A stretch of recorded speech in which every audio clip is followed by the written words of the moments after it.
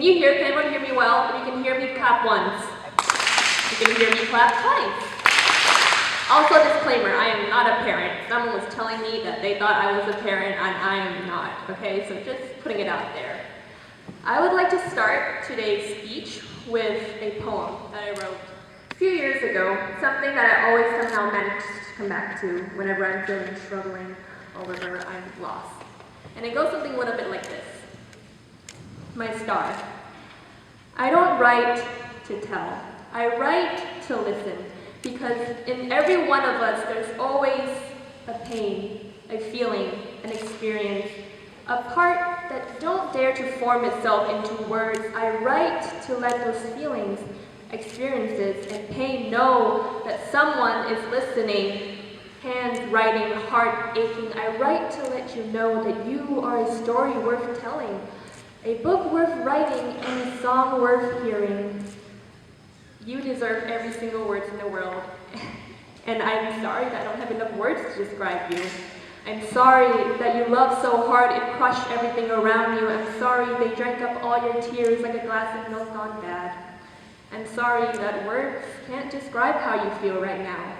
But I'll try my best to somehow put together these spaces and characters, keep writing until there's no pencils left in the world, no pen, no papers, no anything. I will keep writing until my hands go numb, until you can see how dumb I could be, just to prove someone they're worth something. I am not a superhero, nor am I a billionaire, but I am a writer, and I can write you an infinity of why you are the star among this darkness, at least to me. Yeah, that's it. But,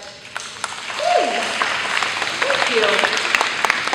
I wrote that poem when I was in the pit of my existence, in exaggeration. But in honesty, I was struggling. I felt lonely, I felt clueless and helpless, and there was no way out. That's how I felt. I felt like a black hole instead of a shining star. And fast forward, I tried everything. I spent time, I spent effort trying to figure myself out. And at some point, I think I kind of did. And it was this beautiful epiphany moment where I finally realized that I'm worth something, that I'm worth more than just grades, than numbers, than facts. I realized that I deserve to be happy, and I deserved to feel worthy and content of myself. And I'm not saying that I'm always happy all the time. In fact, a few days ago, I found myself in this shadow of doubt, doubting my own worth, doubting my own productiveness, doubting my own ability, doubting everything about myself. Everything felt insufficient to me. And it was really hard trying to keep up with this toxic cycle that I set for myself. And through that little confession, I really hope that some of you here can experience that, can feel that, and have those insecure moments about yourself. And that's okay, it's okay, because from what I've seen is that, oh no, I've lost my train of thoughts, I'm sorry, oh my gosh, okay. I would like to talk about self-care today. It is very important to me. It is really hard for me to talk about because in an era of advanced technology today, and like extensive social media platforms, we always see posts like #LoveYourself or #self-care, and it's really easy to fall into that cycle. But for some reason, despite all of that, we somehow manage to be worse to ourselves, And I personally have a lot to blame on, capitalism, misogyny, unrealistic expectation on appearances, productivity, and flaws. But we're not going to get into that today because I understand that my audience, you here, students, have a lot of stress and worry from schoolwork, as, we all used to. And I don't want you to come out of here with grief and anger towards the world. I want you to come out of here with grief and anger towards the world, but also compassion and empathy for yourself, okay? So here's a little mini self-care guide that I've put together from my experience and what's worked for me, and it's demonstrated by my nephew, Salmon. Oh, okay. So when I think of self-care, I think of three aspects: physically, mentally, and emotionally. Physically, pretty straightforward. Your body has been with you since the beginning.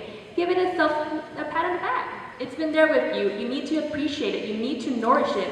And you can do this through, your sleeping patterns, your eating habits, your exercising habits. I recommend yoga. Great way to warm your body up in the morning and put yourself in a good set of mind, good frame of mind. Or when it comes to eating, nourish yourself with good food that makes you feel good. Don't eat food because you feel like you have to, or don't eat the food that makes you feel like terrible at yourself, or you feel like you should be eating them. You only live for so long. Eat what you want, and eat what makes you feel good. And every once in a while, give yourself a break. Just chillax, lay on a couch. Give yourself a break. You deserve it, okay? You don't have to treat your body like a temple. I know it's thrown out a lot, but you can treat it like, like a 5-star hotel, a 3 Michelin star restaurant. But most importantly, treat it like home. Treat it like something you want to come back to after a long day at work or at school. Okay, so that's how to treat yourself physically, a little idea of it. Mentally, this is what I like to think of. Whenever your head feels sluggish and like a block of solid and nothing could get through, and instead of dealing with them, you try to push through it and you try to tell yourself, I'm just being unproductive, I'm just procrastinating, I'm just being lazy. That might be the case sometimes, but maybe look deep into it. Why are you feeling that way? Why is your head full of these ball of thoughts that you've left out for so long? And I recommend journaling. Journaling is a great way to get things out in a stream of consciousness, or just talking to someone you trust. It's not that hard. Just let yourself feel, let yourself be, and let your thoughts come out. You don't have to solve it. You don't have to solve what's going on in your mind. It is not necessary to do that. Just get it out is the first way of acknowledging it. Or you can read. Reading is a great way to distract yourself, or just try to gather your thoughts through another person's perspective. Or you can do something silly. Just, distract yourself or make yourself feel good with something that brings you joy. So that's on the mental part. Emotionally is what I like to think of what's happening in this area, the heart. And I know it all connects back to the brain. But we all know there's a difference between feeling pain in the heart and feeling pain in your brain, right? And usually, from what I've seen, how people deal with it is they bottle it up into a bottle of emotions and leave it there for weeks, days, your whole life, because you are a stubborn person who thinks that sharing feelings is a sign of weakness. And it's not. It's really not.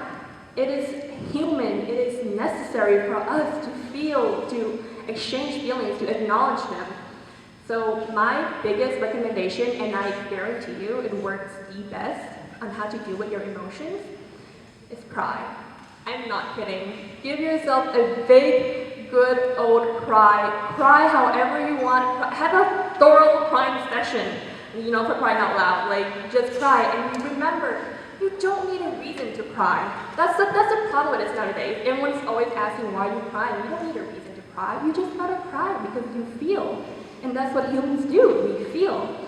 And after you give yourself a good old cry, pat yourself on the back because you just express your feelings, and that's really hard to do. Laugh, smile. Go see someone that makes you happy. Go do something that gives you joy because you deserve it and you deserve to be happy.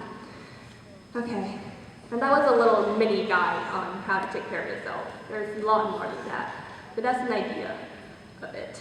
And I'm here, when I wrote this speech, I didn't know what to say. I thought of saying something original.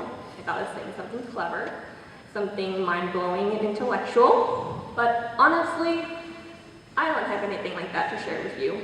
I figured I'll just be here as a subtle reminder that you are doing great. You are doing just fine.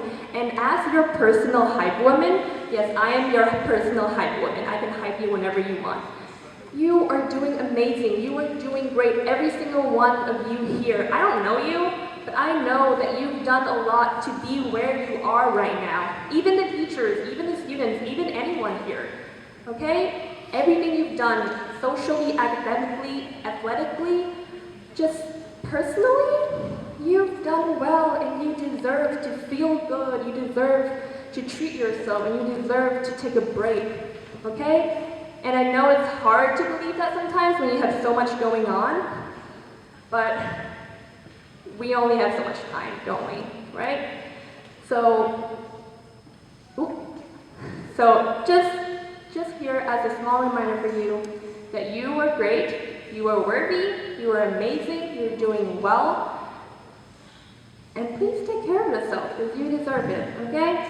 And I know it's a little bit early for this, but happy holidays and thank you. Have a good day.